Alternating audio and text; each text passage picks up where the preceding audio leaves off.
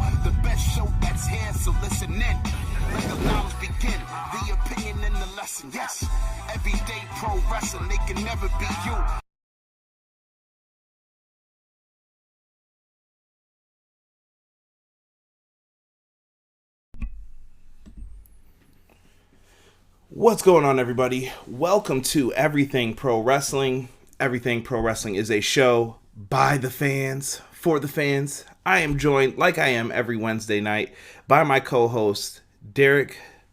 What's up? What is going on, everybody? Tonight's show is actually going to be a tribute show to Brodie Lee. So we are going to be talking about the man's career, some of our favorite moments with him, and I hope people in the chat can come on in and provide some of their favorite moments as well. We're just going to talk about Brodie Lee. So if you guys could, it would be tremendous if you hit the like button. This episode, there's no advertisements on this one.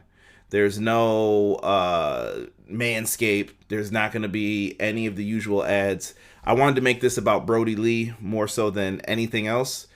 You may hear some ads for other podcasts when you listen to the audio version of this, but I really wanted to focus in on Brodie Lee tonight because that's what this is all about, and that's what unites us as pro wrestling fans. And the first thing that I really, really want to say is, as wrestling fans, we get used to hearing about wrestlers' deaths, and it's kind of one of the saddest things that comes to your mind when you think about it. You look at half of the guys from WrestleMania 7 who competed on that card. They've all passed away. But certain deaths hit differently. And when I say they hit differently, you feel it more. It means more. It's kind of personal to you. It makes me think of names like Owen Hart. You had mentioned one before. My boy, Eddie Guerrero.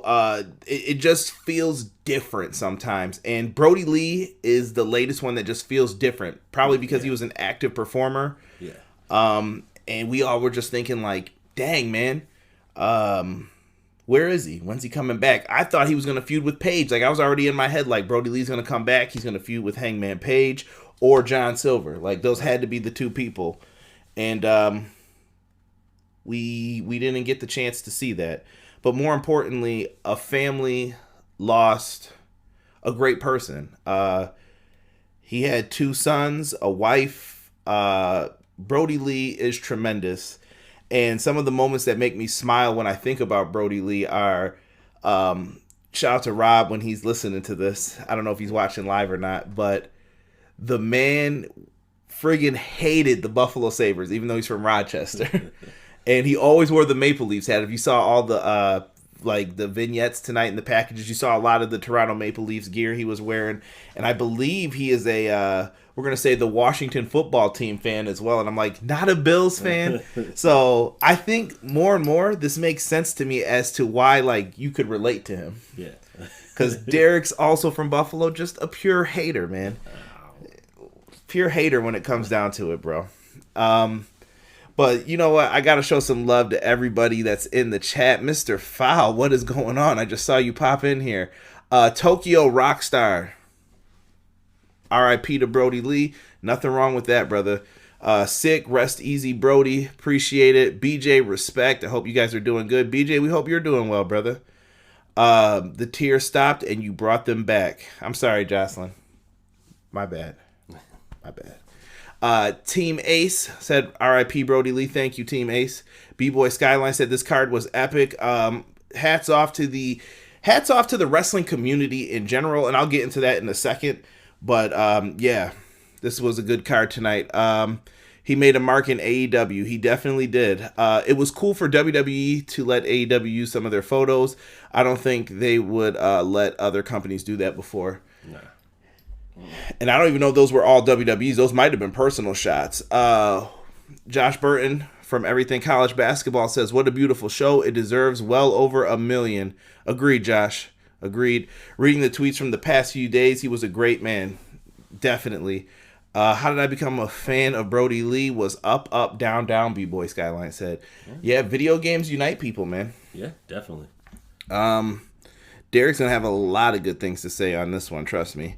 Josh said, I'm glad WWE people were tweeting along as well. It'd be cool if Triple H acknowledges it. I'm sure he will. Jesus DeLeon. What's going on, Jesus? Yo, he's so good at that, right? Like, just on point, on cue for it. Really came out of the blue. Good to just see everybody in the chat. Hopefully I didn't miss anybody. File said, hey, Derek Conrad, it's been an emotional night and a great show. What's up, File? I haven't seen you in a minute, bro. Yeah, I know you got stuff cooking, but get back to your other stuff too, man. Now, let's get into parts of this card, and then I think towards the end we'll kind of, reflect back on some of our Brodie Lee moments. And chat, if you guys have them, write them down, build them up for me. Like I said, it's very important that we just talk about this stuff, and I like to not forget people. Sometimes people just, kind of let people go by the wayside real quick. It's okay to remember people, man. And this show was tremendous, like everyone in the chat said tonight. Really, really good stuff. We start with Moxley on Brodie Lee, which was really cool for him to kind of just talk about the man he was. And we're just going to go over all of these things really quickly tonight.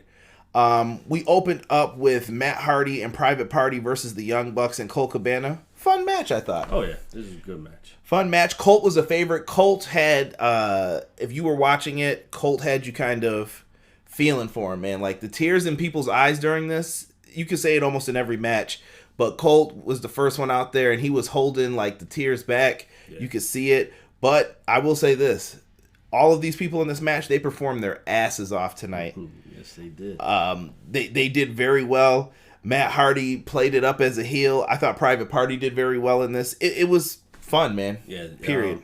Everything was on point. I was not disappointed at all. But then again, I really didn't have anything to really be disappointed with since AEW started. I mean, there have been ups and downs, but nothing to really say like, yo, what was that? Tonight was a fun show, though. Like, this was just meant to be a overall fun show for people to get into. In the end of this match, though, the Young Bucks and Colt Cabana, they hit, like, the Chicago skyline into the Meltzer driver, into that Superman pen. Yeah. Colt. That always makes me laugh when he does that. Really dope, though, to see that. Yeah. After the match, here come the Acclaim coming out. And before the Acclaim could say anything, your boys come out. Christopher Daniels and Frankie Kazarian. Christopher Daniels running out there like a dad. Derek, the first thing he said, look at them two coming out like two dads. They toss the Acclaim in the ring. They end up eating super kicks and the Dusty Rhodes elbows from Colt. Good moment, way to send the people home happy. Then you get Darby Allin on Brodie Lee. Darby Allin, man, that one kind of hurt a little bit. That he really wanted to wrestle Brodie Lee because he thought that he would be an interesting matchup for him. Yeah. And I think that would have been a good match. I think that would have been a great match. Facts. I'll take that. Yeah. I really think that could have been like a TNT championship match in the future. Yeah, because you know what? That would have been, Brodie Lee was like a bruiser, and Darby Allin was the one, who take that beating. And I think that would have been like the frustration, like Brodie Lee, like, dude, what do I have to do to put this kid down? And I think that just would have turned out to be like an A+ match. It could have been really something special. And I think the dynamics between them, I could just see Brodie Lee hitting a sit-out powerbomb on him, and it would just be picture perfect for a near fall. Oh, yeah. Or winning the match. Really good. Next match, we had Lance Archer with Evil Uno and Stu Grayson. The teams are a little weird tonight, but they set up the card to get everybody from the Dark Order on, versus Eddie Kingston, the Butcher, and the Blade. And if you guys didn't know, I mentioned that Brodie Lee is from Rochester, and he kind of grew up in not my area, but kind of our area, to the point to where I had heard of him before. A lot of people probably would have known who he was. I've seen him in like Dragon Gate before, and I was just like, oh, this is the guy that they talk about from the area. Really good. So Eddie Kingston, Butcher, and Blade, I knew they all knew him. And it was really special to have them in this match. And Lance Archer came out dressed up like your boy, Luke Harper. Yeah. Really, really good stuff, dude. Like, I thought that was a nice tribute that they had in this one. In the end, Uno and Grayson get the win with a backpack cutter. Even in the match, Eddie Kingston was taunting Jake the Snake. They had to still get a little heat, and Jake the Snake hit him with a short arm, and I mean short arm clothesline. Jake was great here too. I was glad to see Jake get some time in the ring. I want everybody to go back and watch it if you can. Low key, Jake the Snake was on some real, like, funny stuff. Because, like, if you missed it, he was standing on top of by the entrance, and he had his back turned towards the ring. But as he was doing it, all you saw was after when they hit the backpack stunner. It was the greatest. Jake was funny. Sometimes you got to watch the stuff in the background, and you guys will end up laughing. Connor in the house as well. What's good, Connor? Josh, I can't wait to talk about that moment that you brought up in the chat. Deep Six Pro Wrestling says, good evening. Only watched the first segment, but I was at work and saw the bell salute and Moxley, and I was getting emotional, so I had to save the rest of the show when I get home. Yeah, definitely check it out. I'm telling you, well worth it. Six said, remember how we all called Luke Harper Uncle Luke in XGW? XGW was an E-Fed that I was in with Sick, and we all ran it. Yes, Luke Harper's name was Uncle Luke. If you are a fan of Luke's music, you know why. Definitely cool moments with him. Josh said, on a wrestling note, take Conti and Anna Jay, a good little team. Yeah, they continue to get better. Yeah, I would love to see them go at it a little bit more. Connor, what's good, bro? Team A said he made his mark on the indie before he was getting signed by WWE and AEW. He definitely did. Ring of Honor, too, he was a part of. Good times. B-Boy Skyline is giving a shout out to ESW, Empire State Wrestling. Best memories of him is when you went to the WWE live events when he was Luke Harper and the Wyatt family, and hearing people go, yeah. Some of those impersonations were spot on. This damn show kept getting me. Facts, Rob. Facts. I brought up the podcast earlier for you too, when he's talked about how he didn't like the Sabres. So me and Rob always reflected back on that when we were listening to him. I think it was one of the first podcasts we heard him on. We're like, this dude doesn't like the Buffalo Bills or Sabres? And I was just like, oh, come on. You're hurting me.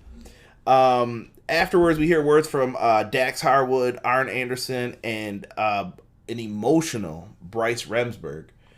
Bryce looked like he was taking it really hard.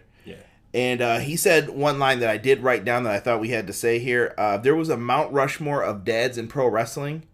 Put Brodie Lee on it as the first person. I would agree with that. I respect that. That was definitely a dope thing for him to say. I can't be mad at that. No. That was well done. And Bryce, like I said, he really looked like he was taking the news hard with everything. Yeah. Let's see here. We had the next match, Hangman Page, Alex Reynolds, and Johnny Hungy, John Silver.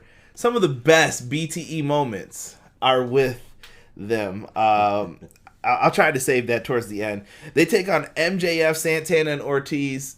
MJF was given a gift earlier by Santana and Ortiz. We don't know what it was. and he ended up getting a gift of tights with the Puerto Rican flag on it and a headband. And MJF came out rocking it with Wardlow, Hager, and the boys during all of this. This was fun. Silver and Reynolds come out, and Silver's wearing kind of like a tribute attire to Brodie Lee. Reynolds is in his usual Dark Order gear, and they throw papers at Santana and Ortiz in the beginning. And then Hangman Page, I don't even know where he got these from. He had papers too, threw them at MJF. And if you guys watch BTE, you know what the papers are for. And eventually, during all of this match, there's a beatdown. And at one point, Wardlow tries to interfere. And then the big red Eric Rowan shows up out of nowhere. That was a great spot for him to show up. Yes, yeah. That was like perfect. He showed a lot of aggression. It was great to see Eric. Just because he hasn't been in WWE for quite some time now, right? So yeah, I mean, to see him back on the screen at this moment in time, that also hit hard too. So it's like, because they were rocking out for a good amount of time with each other. I have to give MJF his props in this too. MJF was still being a heel during all of this, arguing with the kid, getting his heat. Oh, shut up, you whiny little brat. Flipping him off, all this stuff. And he eventually makes it out to the ring to snatch his mask off of his face. He was wearing like one of the Dark Order masks. And eventually, -1, Brodie Lee Jr. cracks him with a kendo stick across the head. And this was the downfall of everything in this. Santana and Ortiz were on point here. I know Silver had a couple of slip-ups during all of this, but I still think Silver put all of his heart into this match, and it showed. He actually ends up hitting the discus lariat on Ortiz. They beat Ortiz's ass at the end. I don't know why they did that to him. But they get the 1, 2, 3. They celebrate, and then Rowan makes his way back out, and he has a sign that says, "Goodbye for now, my brother." And then he said, "See you down the road." Yeah. Like, really well done. The big man was crying. Silver had the tears in his eyes. It was very emotional for that, man. Yeah, definitely. It was great tribute. Like I said, great to see Rowan out there again to represent for the Wyatt family / Bludgeon Brothers. Right? Yeah, just something different, man.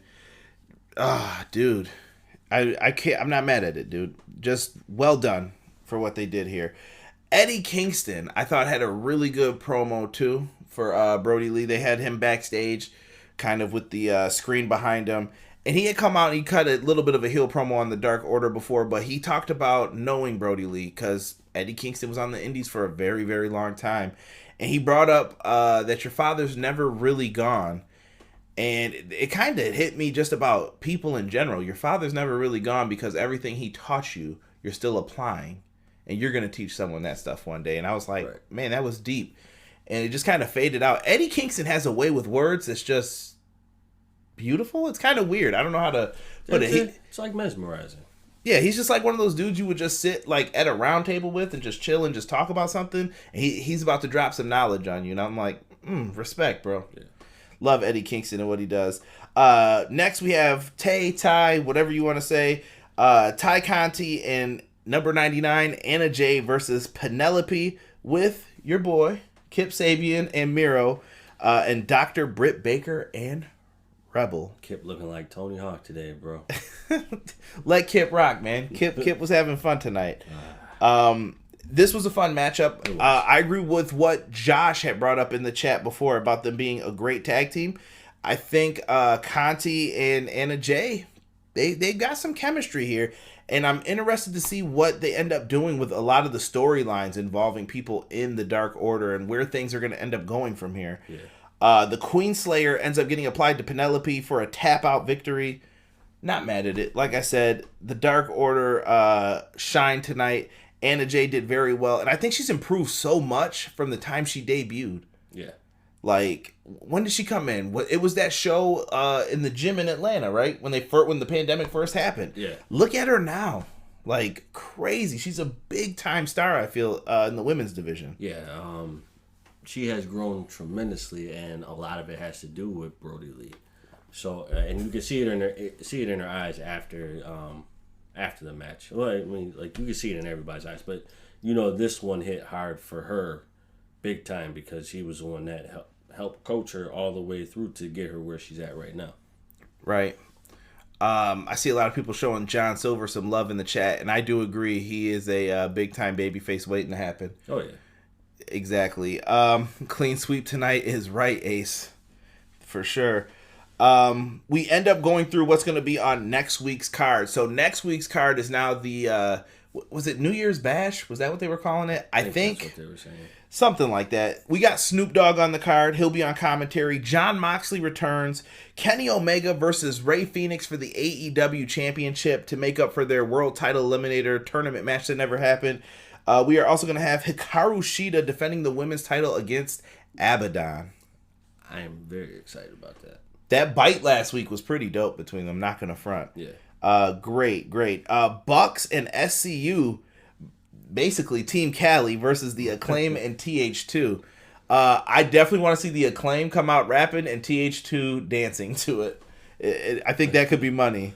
The Acclaim really won me over. I know Jesus was a real fan of their song. What was it? Buck Season? I know. Jesus was playing that all week last week. Hager's going to fight Wardlow. And we've got Cody versus Matt Sydal. Solid card. I'm looking forward to it. Yeah, I think it'd be a very, very good show. Definitely. Let us get into the main event. Oh, I'm sorry. No, we got Jericho first. Chris Jericho, he had told some stories on, I think it was on Twitter or on a podcast, an interview. I heard this story about him. He said he worked with Brodie Lee 27 times, and he had just brought up how Brodie Lee knew all these interesting facts when he went over to other countries. I missed part of the story for what he was saying about a marking on the ceiling and how he had brought religion into it. And I don't want to botch it for whatever he had said because I can't remember the country. I can't remember what he had said, but he was like, oh, it's for praying. And Jericho was like, how did you know that? Like, Jericho loves intelligent people, intelligent conversations. And I thought that was really cool for him to show off that moment. And he talked about his dog. And Chris Jericho's dog supposedly doesn't like anybody. It's one of those barking dogs like, I don't like you right away. Right. And Chris Jericho said the dog loved Brodie Lee right away. So he said, even my dog knew. That's a good dude right there. Right. Someone you could trust. So I thought that was a very good story by Chris Jericho with that. What is going on, Pro Wrestling Shoot? Jesse, appreciate you, brother. No worries about being late. I'm happy you're here, bro. Happy you're here. New Year's Smash. Thank you, Foul. Thank you, Foul. That's why Foul's got the wrench next to the name, baby. Yeah. I appreciate that. For sure. Main event time. Cody, Orange, and 10, who they're all Brodie Lee Jr.'s favorite wrestlers. So he put them in a team together versus Team Taz. I like it. Hook, not in there yet. Hook wasn't ready yet, but you're hating, bro. You're hating. Team Taz comes out. 10 hits a sit-out powerbomb. Notes courtesy of Derek here. Let me see here. All 10 highlights. You said 10 steals the match. Yeah. I thought 10 was the main focal point of this. I thought Vance could have done a really great job with this. I like him. He's got presence too. He reminds me a lot of Will Hobbs and what people saw in him. I saw the same thing in Preston Vance when they first called him into being in the Dark Order. Yeah. Orange Punch, Crossroads into 10's Spine Buster. Spine on the pine. And then eventually Team Taz is getting ready to put a beat down on them after the match. After Ricky Starks takes the L, Darby Allin comes. I thought we were just going to get... Spanish. I thought we were going to get away from it for 1 week. Hopefully that puts a smile on Jocelyn's face. Darby Allin comes out. Shout out to Casey, wherever he is. Darby Allin comes out, and he's getting ready to skateboard down, and then all of a sudden the lights go out again. And what did you say right when it happened? Dad enters. Here comes Dad. Who came? It's Sting! Sting ends up showing up as well. We had that... What do we call the ice? Shaved ice. Shaved ice coming from everywhere. The snow is coming down, and Sting was there. Sting ends up making the save with Darby. It was a lot of fun. Great way to close out the match portion of the show. And afterwards, we get a speech from Cody. Derek wrote chills next to it. I thought Cody did a great job with the quote, everything else. They eventually had Brodie's music play, and his wife and his son, Brodie Jr., comes out. Brodie Jr. rocking the Dark Order mask again. And they bring his father's wrestling boots and put them in the middle of the ring. I don't know if it was a bandana or a flag that they put next to it. Yeah, it was I want to say it was a purple bandana. Yeah, they put the bandana down. Tony Khan came out as well as part of it. And respect for Tony coming out and doing that, because I know he usually doesn't like being on the camera. And he gave a lot of props to Brodie Lee Jr., man. He gave him the TNT Championship. He talked about how his father was the greatest TNT champion. I don't know if that was a shot because Cody was right there too. But it made me smile, and I was just like, you know what? Brodie winning the TNT title was really cool.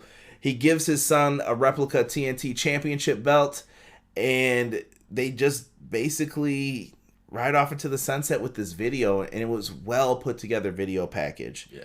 I don't know if it was Ruckus who did that, man, but I'm pretty sure it was, because he was working up pretty late on something. Really dope, man. I loved all the photographs with all the wrestlers from Bray. They had stuff from backstage, him with his kids, him on the indie scene with so many people. It was really heartwarming to see that happen, and it was dope, man. Yeah. It had me choked up, like I said, because this is like, no disrespect to any of the other wrestlers that have passed away. You know, much respect to them and their careers. This just hits different for me because Brodie came in, I never knew who Brodie was until he came in as Luke Harper in the WWE with Bray Wyatt and Eric Rowan. This was my first time seeing him. So Brodie had the same effect on me that had the same effect when Eddie Guerrero died. This dude could tell you, like, I loved Eddie from WCW all the way to WWE. Eddie was just that kind of wrestler for me. And I felt like I felt the energy from Eddie just like I felt it from Brodie. So this hit hard for me, and you know, this one choked me up a lot too. I think Eddie's choked me up a little bit more just because like Eddie was there for so long, and I basically started watching him, and then that happened. So now same thing happened here. I didn't have that connection with Brodie before that. If I would have had that same connection, it'd be on the same level as Eddie. My connection with Brodie is just a little bit behind. And Sick had a really cool moment. I don't think I've ever heard a wrestling fan talk bad about Brodie. I have not either. I actually heard a cool story from Kyle Masters. I'm going to give a shout out to the All Elite podcast. I think they're doing a tribute video for him tonight as well. Make sure you guys check that out after. He had brought up a story about meeting him at a WrestleMania, and I think he was doing like his signing in the Elimination Chamber at the WrestleMania show or whatever. And he went in to talk to him, and he had an Undisputed Era shirt on, and he was like, "What's that?" And then he was like, "What? What are you talking about, man?" And then I think Rowan or somebody was like, "That's the Undisputed Era in NXT." He was like, "I know, I'm just fucking with him." And then they shared a nice laugh out of it because he was like, "Is this dude really asking me like what's going on in his own company?" So that was a pretty cool story, I think, that he had about it. And if it wasn't Kyle and I was mistaken, I saw somebody write it on Twitter and I thought it was a really cool story. Yeah. I guess I'll start with the Brodie Lee stories. And Chad, if you guys have any favorite moments or things that you want to talk about, bring them up real quick. And that's how we'll end the show tonight. We'll go off into the sunset, and then I'll make an announcement at the end.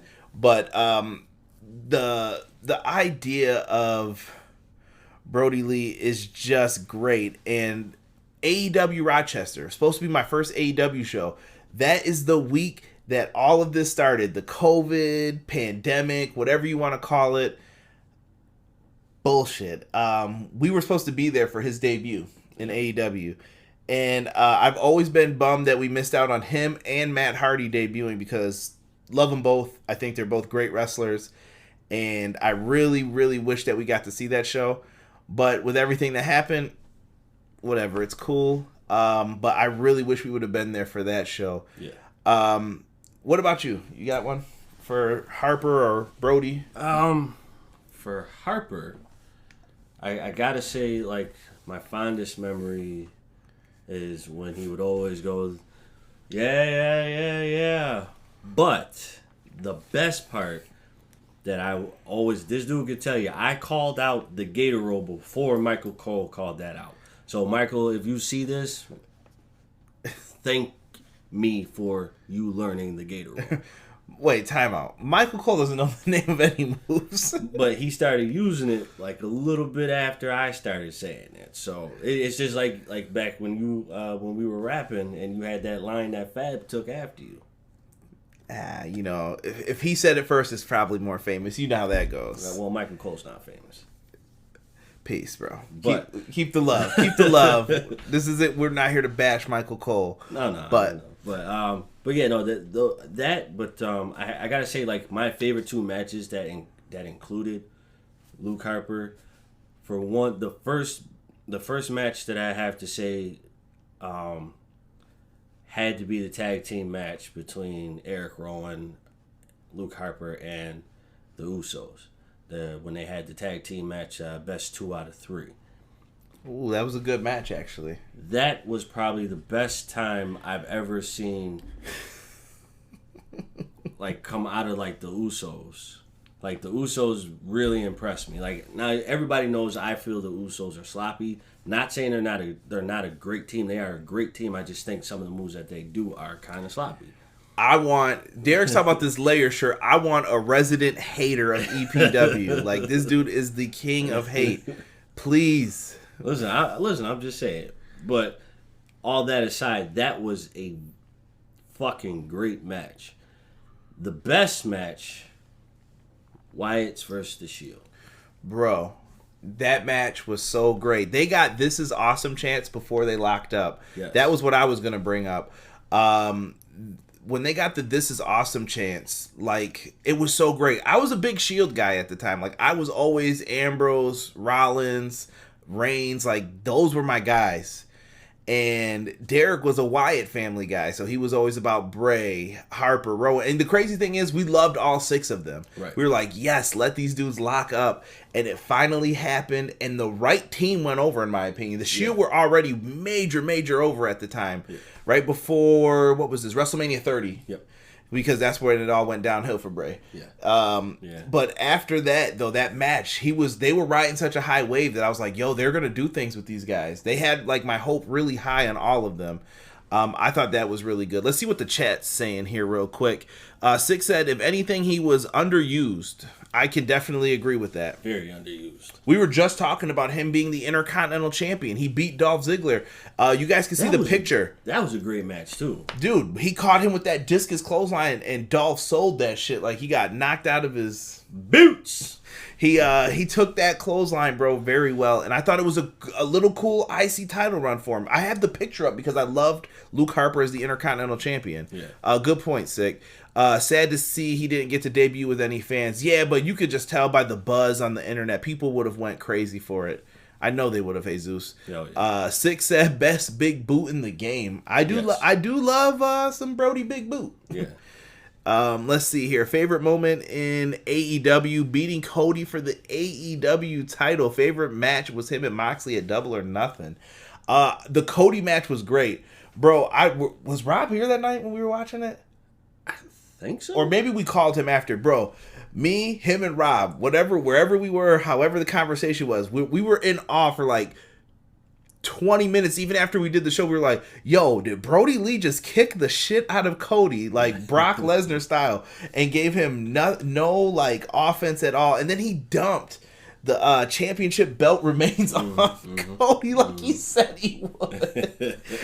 They beat up Brandy. They beat up his brother. The Dark Order had heat that night, and that was well done. That was a great like ending. Yeah, that was perfect. That was perfect. Yeah, that was really good how they ended up doing that one. Let's see here. History is written by the winners. That did make me laugh when he said that. Ace said the Wyatt family versus the Brothers of Destruction at Survivor Series. That is a sleeper. Yeah. You got to remember, I think it was him and, if I'm not mistaken, Bray were the team against Undertaker and Kane. That was really dope, man. Luke Harper, yes, Rockstar. Thank you for bringing this back up. WrestleMania 33. I was at that Mania, and I met so many people at that WrestleMania. So shout out to everybody who I met. Bray Wyatt, Randy Orton storyline was very intriguing. SmackDown Live was hot at the time, and this was the moment where it started to go downhill, in my opinion, because they started like sabotaging the storylines a little bit. And I'm not here to like crap on WrestleMania 33. They should have definitely did a triple threat match once they had Harper, Bray, and Orton all in that feud with each other. Harper was the middleman who didn't trust. He had his alliance to Bray, and he was trying to tell Bray, don't trust Orton. Right. He's using you. Boom. He's going to burn down the house, all that. But Bray was so infatuated, like, no, I can help him. I can change him. Right. I got what they did there, but I think it could have just been so much better. And they had that battle royal where Harper, like, dude, he got over in that, and he told the people backstage, like, yo, you guys know they're going to start cheering me if we do this. It'll be fine. What happened? They started cheering him, and we're all sitting here talking about, why didn't he get that match at WrestleMania 33? He didn't. I wouldn't have put the title on him, but right, he should have gotten. He could have been in there for the WWE title at Mania. Definitely could have gotten into that. For sure. Let's see here. Pro Wrestling Shoot. He says, I only got one story for Brodie. At a WWE live event a couple years back, at the parking gate, tons of wrestlers passed by, and a bunch of kids were asking for autographs. Let me see. AJ, Owens, even the New Day ignored. But Brodie came and gave out autographs and pictures. Yeah, it's tough, though, when you're them, Jesse. I'll be honest. I've seen it firsthand, where I've seen, like, these guys are just trying to live, basically, and it's like, hey, come give me an autograph, and it's just like, And I've seen them go out of their way sometimes, too, where I'm like, oh, that's super cool of them to do that. Yeah. Rob said I was getting the food. Yes. Him and Eric versus New Day street fight on SmackDown for the tag titles were great. The Bludgeon Brothers weren't. I hated the Hammers and everything else, but I liked them as a team. Yeah. I loved him and Rowan as a team. They worked very well together as a team. Yeah. They were just, how do I want to put this? They were like an NWA kind of tag team, I always felt. Yes. Two big dudes who were just going to come out there, destroy you, and beat the shit out of you. Right. Love it. I even liked when they did the short little run against like Daniel Bryan, where they were wearing like the heavy metal shirts kind of bands, and they would come out and just beat people down. Good stuff. Rob said Arn had it coming when he got beat up by the Dark Order. Rob always says that. Arn's just out there trying to get a couple licks in, and then they grab him. Then they got to bully him a little bit. They always hit Arn right in the stomach, and down goes Arn, man. The Wyatts versus New Day for B-Boy Skyline in the chat. You know what? That was a good storyline, too, though. Yeah, with Xavier Woods being afraid of the Wyatt family until they got to the compound, and he had to... I think the Wyatt family won that too. Actually, I think they beat New Day. What pay-per-view was that? Oh, don't put me on the spot like this. I don't want to use Google. If someone knows, tell us in the chat what that pay-per-view was. I want to say it was like an Extreme Rules or one of those. It was a B pay-per-view. Really good, man. We talked about his Intercontinental title win, his tag team runs, BTE. They were great on BTE. Do you know how many times he owned that? I'm sorry, bro. They said that he never messed up when he was in character, but if he was off camera, he would make them laugh. Like, Brodie, get out of here, bro! Can't be laughing at this. He's like, that's fucking great. They had one where anytime John Silver would start like corpsing, like basically laughing in the middle of the scene, he would like smack him. Are you about to cry? Are you about to cry? And that was the cover up. No, Mr. Brodie, no. Really good. I thought it was so well done to make him the Exalted One, too. Yeah. I know a lot of people thought it was going to be... Who were the names we were hearing? Marty Scurll.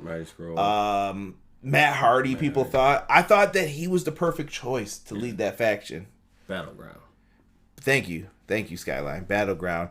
Brodie was a big guy that could fly, and he had a nice super kick, too. Yes. He did have a nice super kick. Yes, him and Dolph, bro, back and forth with those bad boys. Man. Remember that was back when you would like cheer for Dolph. Yeah. Now I'm just sad when I see him. I'm just like, yeah. Feel bad for Dolph, man. But yeah, no, Brodie he's got an illustrious career. Like for me, the short amount of time that I've seen him, his career was very illustrious. It's a great career. Did he get screwed in a lot of things? Yes, but he still made the best of it. Jesus said when Brodie Lee won the TNT title on BTE was probably my greatest. I love the Dark Order Chili's one. I never want to see Reynolds and Silver dance like that again. We got Chili's. I remember when he came in with the title, he was like, you want to touch it? And someone felt it a little bit. He's like, that's enough. That's enough. That was good stuff, too. The Wyatt family versus the Dudley Boys, Tommy Dreamer, and Rhino. With Braun. Yes, that was good, too. What was that? That was a pay-per-view? Remember, so they first brought Braun into the group, and then they had brought back the Dudley Boys, and they brought Dreamer back to have like an ECW kind of united match against them. Okay, yeah. I remember that. That was fun stuff. Yeah, I forgot all about that one. Mm-hmm. Ooh. Also, the one when Trent's mom was on it, too. Yes. Oh, yeah. Yes. Brodie Lee comes in, Trent's mom hands him food. You know the rest of the Dark Order fools are in there and they're like, thanks Trent's mom, thanks Sue, love you. And then Brodie comes in, what the fuck is this shit? And he slams the bag down of the food and then Sue walks back in and she goes, what's going on here? Sue, this motherfucker doesn't like your food. And then he was like, he pulled out the papers for her to smack Silver with. This is the only time I think I ever saw Brodie Lee laugh. When Sue misses with the papers, he was like, pick him up for Sue and let her do it again. Let her do it again. And he starts laughing during it. And then Sue hits him with the papers. Silver looks there and he goes, you better fall the fuck down for Sue. And then he goes, no. Dude, I don't know how they did not laugh during those. The Dark Order have been the best thing on BTE for the past year. Yeah, they own that show. Exactly, man. The Explosive Show, what's going on, man? He said, so happy they had the papers on Dynamite. Yes. Yeah. TLC, yes. Dude, TLC, okay. they had some really like good stuff, man, with this dude. Yeah, man, I'm sad to see that we won't get to see these moments anymore. But like I said, I hope wrestlers go back and they watch him, learn from him, and I hope they also learn just to have a big heart, man. Be with your family sometimes. I know as fans, we always want to see these guys. We're like, hey, where you at? But I love the fact that these guys get to like be home more often now. They're not doing live events all the time. It's just good for them. So, whatever's best for the wrestlers, man. Take care of yourselves. Take care of your bodies. But we got some other news to talk about really quickly. I'm going to tell you guys this. You may get a surprise show tomorrow from me. I haven't decided yet. But I may do a New Japan Pro Wrestling Wrestle Kingdom 15 preview. Haven't decided that. And Friday at 10 p.m., me and Rob are going to reveal the results of the Everything Pro Wrestling 2020 Awards. If you're going to be here, you can be on as long as you promise not to hate. Yeah. We'll see how long this show lasts, right? But we're going to go over the 10 nominations, talk about some of our matches of the year. If you guys are free after SmackDown, come on in, join us, and we will be talking about the show. I would love to kick 2021 off talking about awards and just kicking it with you guys. So if you guys want to come in, talk with us, we would appreciate it. Let me see if anybody else in the chat wants to add anything. Who did he go back and face in NXT? Dominic Dijakovic. Or was his name Dominic at the time? Or was he Donovan Dijak? I can't remember what his name was at the time, but we'll say Dijakovic for right now because that's his NXT name. He went back to face him, and I guess that was the match that got him the job. He went and faced him, and he was like, yeah, he made me look like $1 million, man, in front of everybody. And don't forget, Luke Harper was also an NXT Tag Team Champion. Right. He was up there for one of the first for that, too, man. There you go. Promise not to hate. Derek wouldn't be an award show without that. See, sick knows. Right. Yes, 2021 is coming, Rockstar, for sure. But I'm very proud of the wrestling community. I was happy to see wrestling fans united. Like, listen, people come in here and talk all that AEW versus WWE bullshit all they want. Fuck all that, all right? We're wrestling fans. Let's be united as wrestling fans. Have civil conversations about things, and I'm glad that I saw a lot of that this week. It was one of the brighter sides of being on like social media this week with the wrestling community, and I was just happy to be a wrestling fan this week. Yeah, me too. I guess that's it for the show, guys. We're going to end it right here. Thank you for joining us and remembering John Huber, who was Luke Harper, also known as Mr. Brodie Lee. He was a tremendous wrestler, a great father, and someone that we'll never forget. And usually we end the show with a peace sign, but I want to end it tonight by just saying rest in peace to Brodie Lee. Yes, sir. For myself and Derek, we're out. Brodie Lee, rest in peace. You had a great career, brother.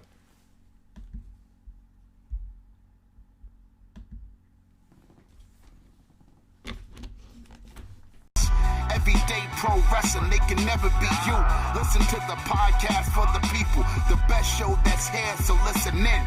Let the knowledge begin. The opinions, the lesson, yes. By the fans, for the fans, not many in this can understand, This the podcast to show you who I am, Conrad Cushman, the legend in the plans, Please listen every day to the showcase. The opinions and knowledge that anyone can take. Showing you how it is done. Proving I am number one. What a legend becomes. This is now my time to show you that I am here. This podcast just to make it loud and clear. By the fans, for the fans, not many who's here can understand everything pro wrestling, they can never be you.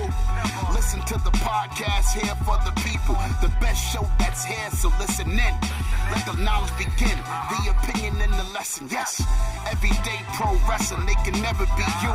Listen to the podcast for the people. The best show that's here, so listen in. Let the knowledge begin, the opinions, the lesson, yes.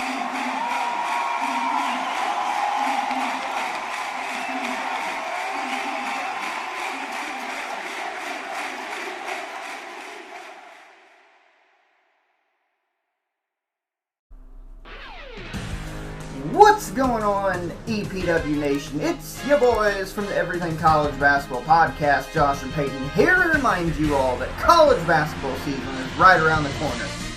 Yes, we finally know it's right around the corner. And Peyton, there's only one place people should go for all the college basketball excitement. Well, Josh, the only place to find all college basketball hoops all the time is Everything College Basketball. Everything College Basketball can be listened to on several podcast hosting sites like Spotify, Google Podcasts, and Apple Podcasts. And we can also be found on our Facebook group at facebook.com/groups/Everything College Basketball. Yes, make sure you are joining the group with a couple other 100 people and growing by the day as we march into year number 3 of the Everything College Basketball networking systems. Now, let's get back to Conrad and Everything Pro Wrestling.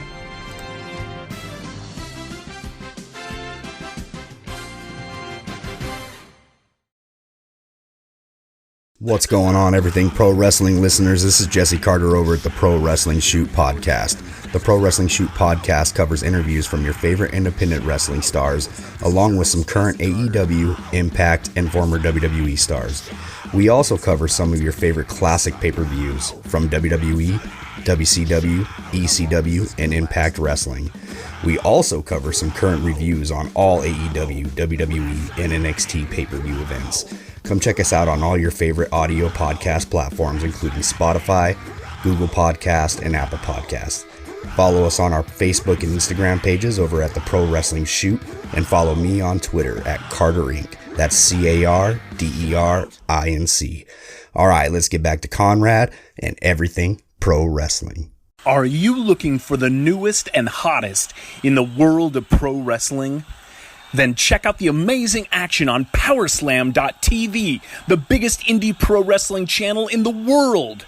Get over 6,000 hours of the best events from over 150 of your favorite promotions from 20 different countries around the globe. Brands like Progress Wrestling, Evolve Wrestling, Combat Zone, Defy, PCW Ultra, PWX, Over the Top, Shine, and hundreds of others with fresh content added every day for only $5.99 per month. Get your free trial today at powerslam.tv.